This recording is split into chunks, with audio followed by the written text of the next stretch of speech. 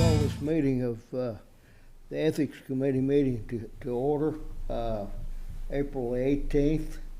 Would you call the roll? Yes, yes, sir. Mr. Reeder. Here. Miss Lemaster. Here. Mr. Brewer. Here. And Miss Carter. Present. So we have quorum We have- present, we have a and we can quorum. conduct business, Mr. Chair. Yes, sir. We're gonna, first order of business, and the only one that I know of at this point, is to approve the acceptance of these ethics questionnaires that were sent to the 15 or so employee managers, the members of this committee, and the full board. Yes, sir. Yes, sir. So, I'll give the group a little summary of what we did. Kathy Poe and I worked to send these forms out in the first part of the year, and then get them back from staff members that are required by the policy. It's interesting to note that the board and the staff, certain staff members fill out one. The ethics committee has filled them out in the past, but are not required under the policy. So we have everyone's forms in according to the policy. I reviewed them myself and noted a couple different places on a form. I've done this myself where I overlook a question and not mark NA or write in none. So what I did was I sent an email to the applicable staff members and said, I reviewed the forms. If this is just an oversight, please let me know, and I'll mark NA with your permission. And that saves us a little bit of time in sending the form out, getting the form back, and so forth. Those folks responded to me and said that was okay to do. So I've done that, and I'll have an official copy of the forms for our records to maintain, where I've marked not applicable on those individuals' forms. So I would recommend that the committee ask for a motion to approve or accept the financial disclosure forms for 2024. That's what I have to report, and with that I'll turn it over to the committee for comments. Thank you. I had only one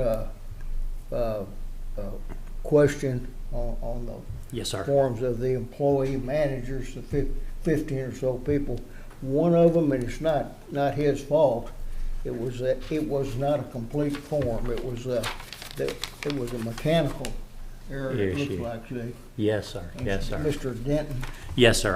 That was one of the staff members I reached out to and completed the form, and he indicated to me that it was okay to mark not applicable for those questions. So Okay. I did that on Mr. Denton's behalf and completed that form. That satisfies me. So, Yes, sir. as a member. Yes, sir. So that's Other discussions? Do we need a motion? I would suggest a motion to, I don't know, at the chair's pleasure, a motion to approve or accept the financial disclosure forms for 2024. I can so move. You got to have a motion to accept the financial disclosure forms for 2024. Do I hear a second? Second. Got a second? All in favor? Aye. All opposed? Hearing none opposed, motion passes, and the forms are accepted for 2024. And I know I appreciate the board service. I know got some real experts in ethics on the committee, and certainly appreciate having folks to reach out to as a one-stop shop myself here. I certainly appreciate having people I know I can ask questions of.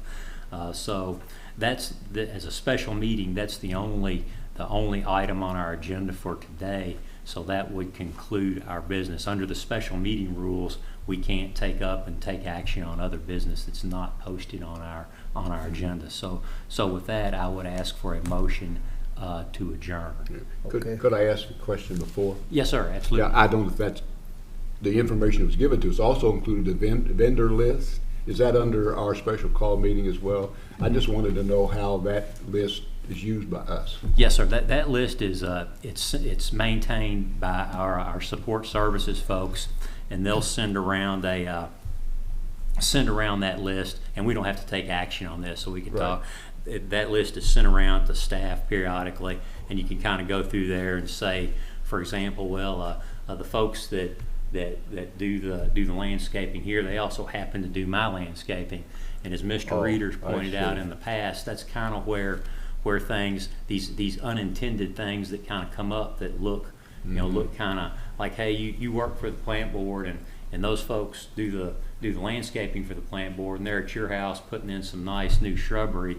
Is there a question there? Okay. And that list helps to avoid those kinds of questions. Good. And then at each board meeting, we also have a point on our agenda in the first part of business where you can report on, you know, it's called financial transactions, I believe. I know Kathy can probably, but something along those lines, Sure. that you can report things that this probably should be disclosed publicly. So Okay. So Good. it's I still appreciate that information. Just for information sir. on my part, so I would understand how I could use that or not use it, really. Yes, sir. It's still in circulation. So yes, sir.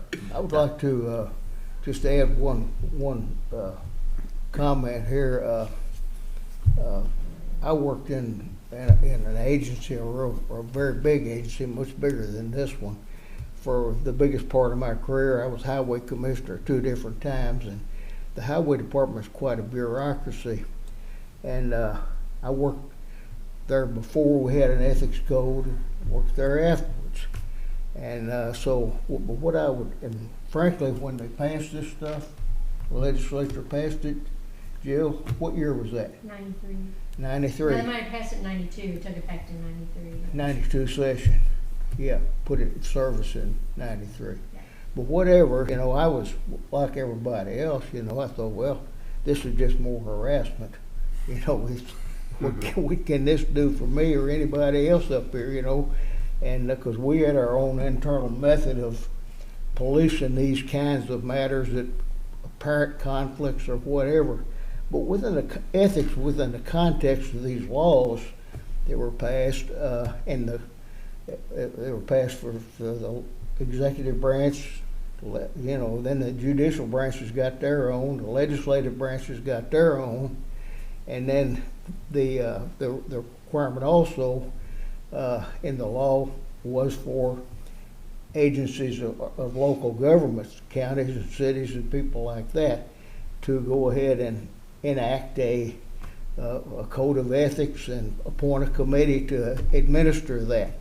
And the whole intent of it was, of course, is that the reason for it is to protect the public confidence, just to create standards of conduct that the agency feels is, and the state feels are important to do, and that's all aimed at, you know, trying to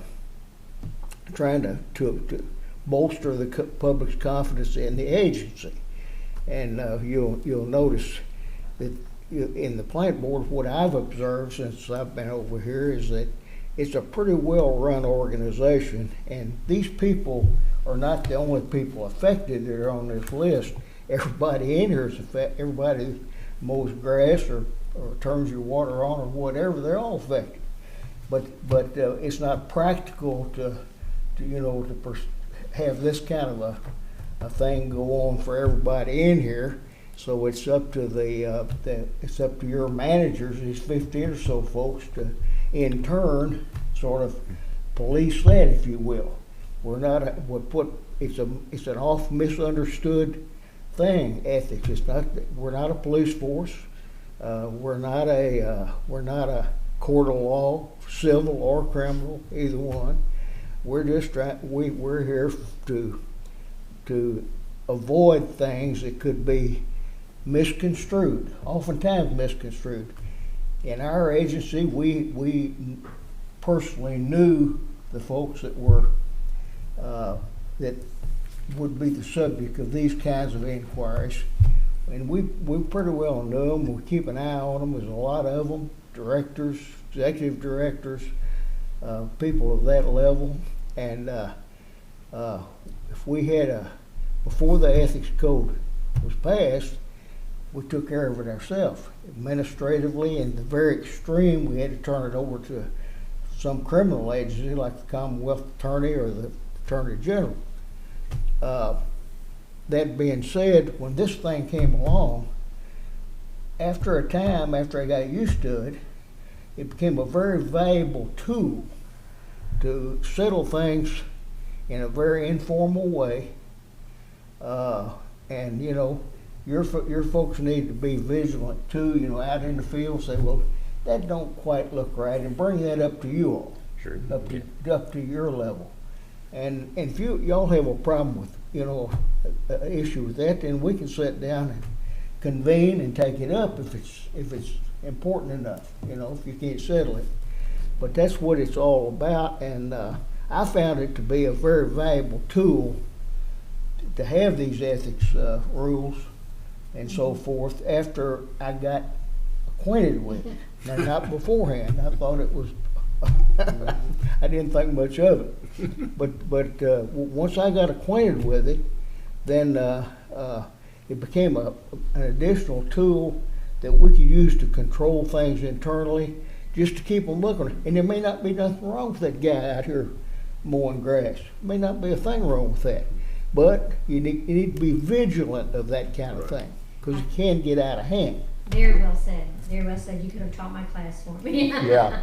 But, you know, sometimes you just didn't even realize there was a potential conflict there, people, I think, you know, especially with accepting things from vendors you do business with, you know, large things. I mean, you know, like, even when I started with the auditor's office right out of college, 22 years old, I remember going down to somebody we were auditing the work for parks and getting on their houseboat, you know, and I didn't even enter my head, and now I'd be like, oh my gosh, you know, but if there's a potential conflict there that you don't, a lot of employees never even thought about, so I think that helped them. And I will say this, maybe I'm out of school on this, but I will say it anyway. And that is, in my time in Frankfurt, which has been a long time, longer than I like to think sometimes, I've never seen the plant board has always been a good organization. It always has been.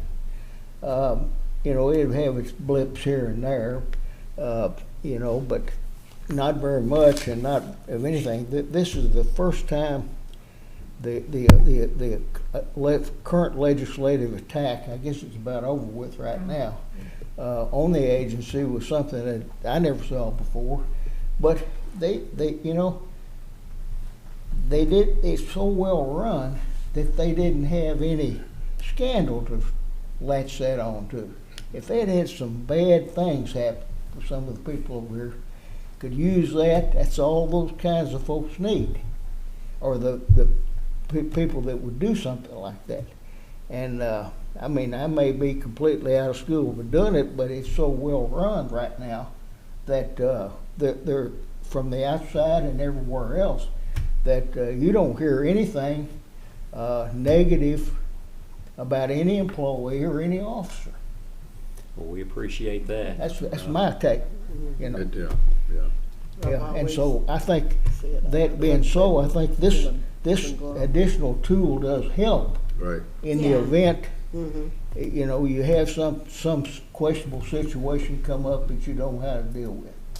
That's my story for today on that. That's great advice. Absolutely, absolutely. Well, we sure appreciate the kind words. I know all of our staff strives to do the best job we can and keep the lights on, the water going, and the internet going. Most importantly, probably your YouTube, making sure that runs. So we certainly I know the board appreciates your all's help in serving on the committee. It's an important role, like Mr. Reeder noted. In case somebody here needs advice on a situation, there are our group of people that we can turn to, and that I know, speaking personally, that's very reassuring to me. But so thank you all very, very much. But that's all that I have for today, unless anyone has any other thoughts or anything. Thank you for doing what you did, and for you're welcome. You know, making sure people comply with that thing. Yes, ma'am. Yes, ma'am. But well, that brings us to number 4 on the agenda. I got a motion to adjourn and an adjournment. So I know that's sometimes people's favorite item. Can I make the motion? Yes, sir. I have to get to say something. I hear Mr. Brewer with a motion to adjourn. Do I hear a second? Second. All in favor? Aye. Motion to adjourn passes. I guess we're adjourned for now, and thank you all.